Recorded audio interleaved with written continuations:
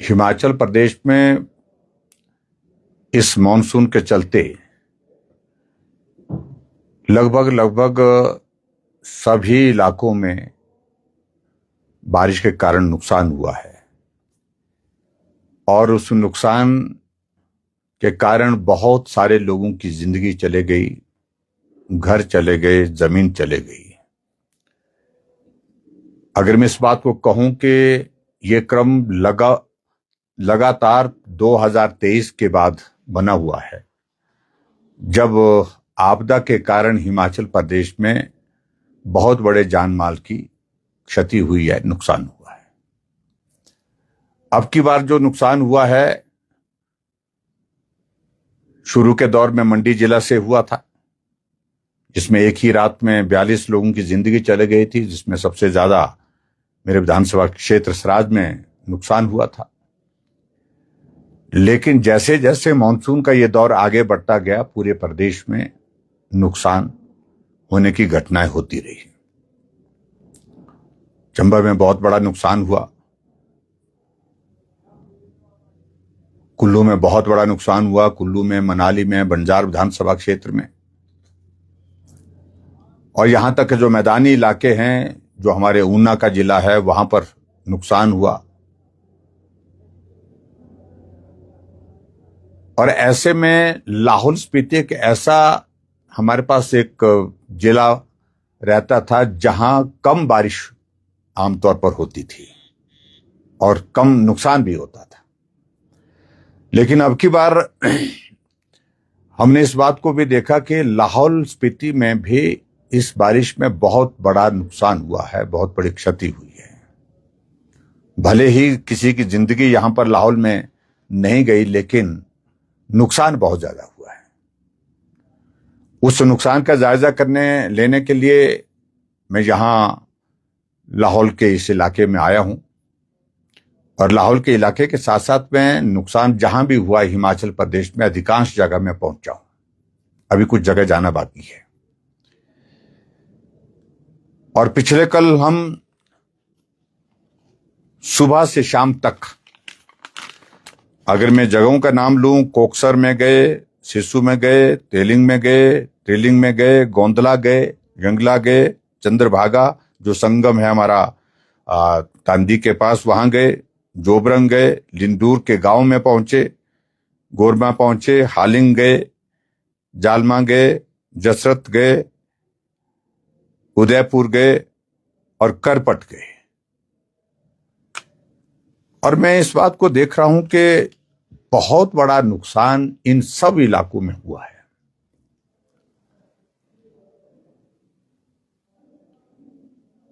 और खास तौर से पहली बात को लेकर के जो हमारे लिए बड़ा चिंता का विषय है कि लाहौल के लोगों के लिए आय का जरिया जो कैश क्रॉप्स होती है हमारी, वो एक बहुत बड़ा आय का जरिया होता है, चाहे वो गोभी है, चाहे मटर है, चाहे आलू है। लेकिन रास्ता बंद होने के कारण, सड़क अवरुद्ध होने के कारण, गोभी का जो सीजन, भरपूर सीजन था और अच्छी मात्रा में गोभी का इस बार उत्पादन हुआ था, लेकिन वो मार्केट तक पहुंच ही नहीं पाया और खेतों में ही अभी तक जो है वो सड़ रहा है।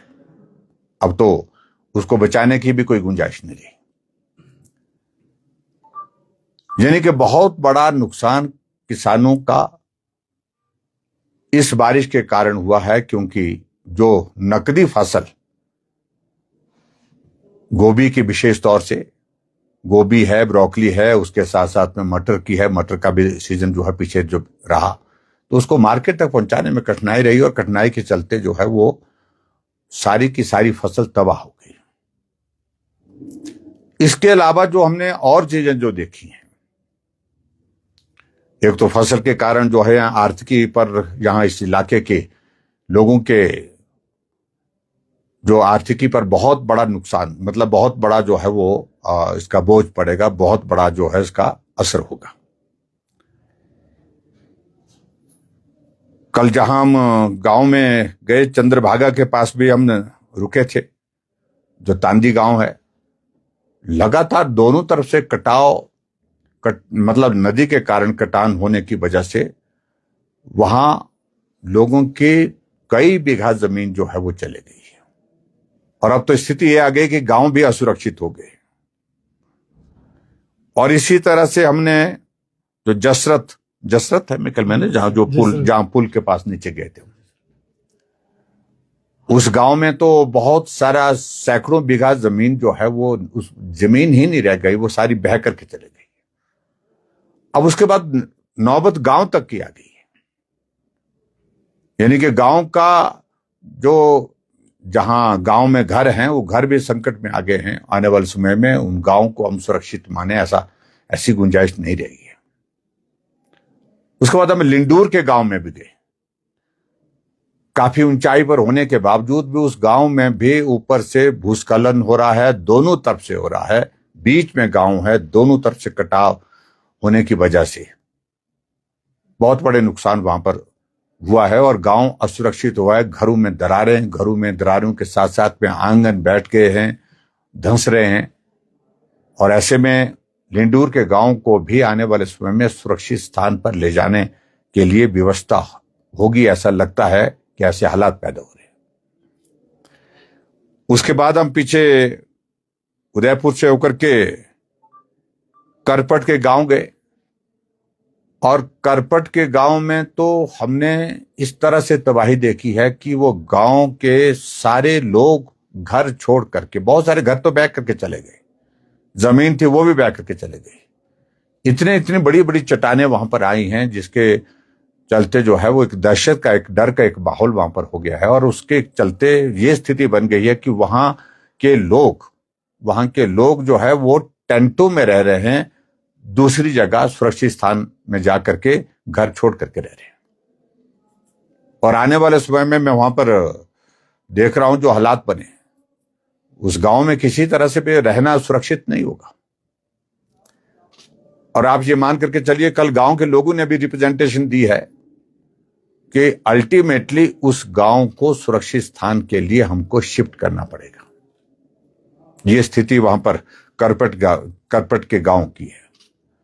और इसी तरह से करपट से जो पीछे गांव है, क्या नाम उस गांव का, जो शकुली, जहां नुकसान करपट की तरह नुकसान हुआ है, चंगुट की बात मैं बोला था नाम, उस गांव का भी नुकसान बहुत ज्यादा हुआ। उसमें भी वहां के लोगों को भी कुछ जगह सुरक्षित स्थानों पर ले जाने की स्थिति, मतलब नौबत आ जाएगी, ऐसा लग रहा है कुल मिलाकर के जो नुकसान वहां पर हुआ। लेकिन मैं इस बात का जिक्र कर रहा हूं कि अभी तक जो नुकसान हुआ है, सिर्फ और सिर्फ वहां पर अभी तक सिर्फ पटवारी कुछ जगह पहुंचा, कुछ जगह जो लोगों से जानकारी मिली है अभी तक पटवारी भी वहां पर नहीं पहुंचा है। प्रशासन के अधिकारी पहुंचे हैं लेकिन राहत अभी तक नहीं मिली है। और नुकसान हुए काफी टाइम हो गया लेकिन अभी तक फौरी राहत के रूप में कुछ मदद होनी चाहिए थी, ऐसे लोगों का कहना है। लेकिन अभी तक मदद नहीं पहुंच पाई है। और खासतौर से मैं इतना जरूर कहना चाहता हूं, यह स्थिति सिर्फ लाहौल की नहीं, पूरे हिमाचल प्रदेश में जो आपदा के कारण नुकसान हुआ है, वहां फौरी राहत के रूप में तौर पर जो है जो मदद मिलनी चाहिए, तुरंत मिलनी चाहिए थी, अभी तक अधिकांश जगह नहीं मिल पाई है। पहले प्रदेश सरकार के नेताओं का कहना रहता था, कांग्रेस के नेता, चाहे मुख्यमंत्री सुखविंदर सिंह सुक्खू जी हैं, चाहे उनके और मंत्री, एक स्वर में बोलते थे केंद्र मदद नहीं कर रहा, यही रोना रोते थे, केंद्र से कुछ नहीं मिला। लेकिन मैं बड़ा स्पष्ट करना चाहता हूं कि 2023 से अभी तक हिमाचल प्रदेश में डिजास्टर में चाहे एनडीआरएफ का पैसा आया, एसडीआरएफ का पैसा आया, और वो पैसा 5,500 करोड़ रुपए से ज्यादा आ चुका है। और अब की बार जो आपदा हुई, उस आपदा को केंद्र सरकार के समक्ष पूरा रखने के लिए, जो नुकसान हुआ है उसकी जानकारी देने के लिए मैं व्यक्तिगत रूप से दिल्ली गया। पार्टी के हमारे राष्ट्रीय अध्यक्ष जी से मिला, हमारे पार्टी के प्रदेश के अध्यक्ष भी साथ में थे, सारे सांसद हिमाचल प्रदेश के केंद्र में गृह मंत्री जी से मिले, नितिन गडकरी जी से मिले, फाइनेंस मिनिस्टर से मिले, और बाद में मैं व्यक्तिगत रूप से प्राइम मिनिस्टर से भी मिला, जानकारी दी। और मैं प्रधानमंत्री नरेंद्र मोदी जी का धन्यवाद करता हूं कि यह पहली बार हुआ जब आपदा हिमाचल प्रदेश में आई और उस आपदा के दौरान देश का प्रधानमंत्री हिमाचल प्रदेश में आकर के जायजा लेने के लिए पहुंचे और जायजा लेने के पश्चात हिमाचल प्रदेश के लिए 1500 करोड़ रुपए का पैकेज का ऐलान करके गए। यह से पहले कभी नहीं हुआ।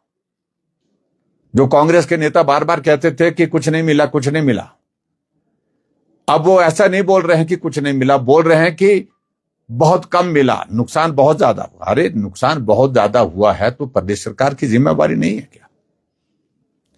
अगर केंद्र सरकार ने ही सब कुछ करना है तो प्रदेश सरकार किस काम के लिए? छोड़ देना चाहिए उनको। और उल्टा हमारा प्रश्न है कि जो 2023 में नुकसान हुआ, केंद्र से जो पैसा मिला है अभी तक वो लोगों तक मिला नहीं। जिसका घर टूटा है उसको पैसा नहीं मिला, जिसकी जमीन चले गई उसको नहीं मिली, किसी की गौशाला चले गई उसको नहीं मिला। आपदा का पैसा प्रदेश सरकार को चलाने के लिए नहीं होता है, ये आपदा के प्रभावित लोगों की मदद करने के लिए होता है। लेकिन ये हिमाचल प्रदेश में बार बार कांग्रेस के नेता जो केंद्र का डिजास्टर का जो पैसा आ रहा है उसको सरकार चलाने के लिए, तनख्वाह देने के लिए, पेंशन देने के लिए खर्च कर रहे हैं, जो मैं समझता हूं कि आपदा प्रभावित लोगों के साथ एक बहुत बड़ा अन्याय है। और उसी तरह से हिमाचल प्रदेश में सरकार की तैयारी इस बार आपदा के दौरान थी ही नहीं। अगर आपके पास लाहौल में गोभी का भरपूर सीजन के दौरान रास्ता बंद हो गया तो ऑल्टरनेटिव अरेंजमेंट किए जा सकते थे, लेकिन सरकार को कोई लेना देना नहीं। ऐसा लगता है कि हिमाचल प्रदेश में जो हालात बने उस हालात के मुताबिक यहां के लोगों को अपने हाल पर छोड़ दिया गया है। मैं समझता हूं ये बहुत दुर्भाग्यपूर्ण है। और बार बार मैं देख रहा हूं कांग्रेस के नेता बार बार स्टेटमेंट दे रहे हैं कि प्रधानमंत्री जी ने जो राहत दी है वो पैसा जो स्कीम की शेप में नहीं, वो पैसा सीधा जो है बैंक में आना चाहिए, खाते में आना चाहिए। पैसा केंद्र से मिलेगा, प्रदेश को मिलेगा, लेकिन प्रदेश में उस पैसे को खर्च करने का जिम्मा प्रदेश की सरकार का है। अगर पुराना अनुभव हम देखें तो वो अनुभव ठीक नहीं रहा है, इस बात को हम बड़ा साफ कह रहे हैं। चुन चुन करके उन लोगों को राहत देने के काम करने की कोशिश हुई जो एक दल से, उनके पार्टी से, उनकी पार्टी से संबंध रखते थे। इसलिए मैं प्रदेश सरकार से इस बात के लिए आग्रह करता हूं कि निश्चित रूप से जो आपदा का पैसा है वो आपदा प्रभावित लोगों को मिले। और उसके पश्चात जो आग्रह हमको यहां पर मिले हैं, पिछले कल सुबह से शाम तक हम लोगों के बीच में जब रहे हैं तो लोगों ने बहुत सारे सुझाव दिए हैं, आग्रह दिए हैं। मैं प्रदेश सरकार के समक्ष भी रखूंगा, उनको भी बोलूंगा, और उसके साथ साथ में जो केंद्र के साथ जो विषय उठाने के हैं केंद्र के साथ भी बात करूंगा। लेकिन हमारी ये कोशिश है कि जिस प्रकार से हिमाचल प्रदेश में आपदा के दौरान भारतीय जनता पार्टी के कार्यकर्ताओं ने अपने सहयोग से आपदा प्रभावित लोगों को मदद की है, राशन जहां खत्म था राशन पहुंचाया, सामान जो पहुंचाना था वो सामान पहुंचाया, चंबा के इलाके में, मंडी के इलाके में, कुल्लू के इलाके में। लेकिन कांग्रेस पार्टी जो सत्ता में है, इनका एक भी नेता, एक भी आदमी, एक भी कार्यकर्ता हमको राहत के लिए मदद करते हुए नहीं देखा। कुल मिलाकर के हमारा ये कार्यक्रम आज पूरा हो रहा है। सभी प्रभावित इलाकों में प्रमुख रूप स्थानों पर हम गए हैं और आज उसके पश्चात हमारा यहाँ पर पार्टी के सब साथियों के साथ यहाँ पर मिलना भी हुआ था। और आज हमारी पार्टी के संस्थापक नेता के रूप में पंडित दीनदयाल उपाध्याय जी की जयंती भी है, वो कार्यक्रम भी हमने यहाँ पर किया। उनके जीवन से हम सबको प्रेरणा लेकर के समाज के लिए, समाज सेवा के लिए काम करना है। जनसंघ के समय पंडित दीनदयाल जी जनसंघ के अध्यक्ष भी रहे हैं और आज ये भारतीय जनता पार्टी का वर्तमान स्वरूप अगर आप देख रहे हैं, आज हमारी पार्टी देश की नहीं दुनिया की सबसे बड़ी पार्टी है। और सबसे बड़ी पार्टी बनाने के लिए उनका एक बहुत बड़ा योगदान रहा वैचारिक दृष्टि से, संगठन की दृष्टि से। इसलिए उस कार्यक्रम के तहत और उसके साथ साथ में अभी हमने आज स्वच्छता का कार्यक्रम भी यहां पर किया है। पिछले कल रक्तदान भी हुआ, 40 नौजवानों ने रक्तदान किया है यहां पर। उनका भी मैं धन्यवाद करता हूं, क्योंकि प्रधानमंत्री नरेंद्र मोदी जी के जन्म के उपलक्ष्य में जो हमारा कार्यक्रम का जो स्वरूप बना है, जो पखवाड़ा, सेवा पखवाड़ा के रूप में, उसके तहत स्वच्छता का कार्यक्रम, उसके तहत वृक्षारोपण का कार्यक्रम, उसके तहत रक्तदान शिविर का आयोजन करने के कार्यक्रम, ऐसे अनेकों कार्यक्रम जो किए जा रहे हैं। और आज रक्तदान के जो साथी थे उनको हमने सर्टिफिकेट भी दिए और उसके साथ स्वच्छता का कार्यक्रम भी किया। कुल मिलाकर के अगर मैं कहूं, अगर लाहौल में आकर के यहाँ के विकास को एक तरह से पूर्ण रूप से ग्रहण लग गया। पूरे हिमाचल प्रदेश की स्थिति भी वैसी है और वही स्थिति आज लाहौल स्पीति की भी है। कोई भी विकास कार्य यहां पर आज की तारीख में नहीं हो पा रहा है।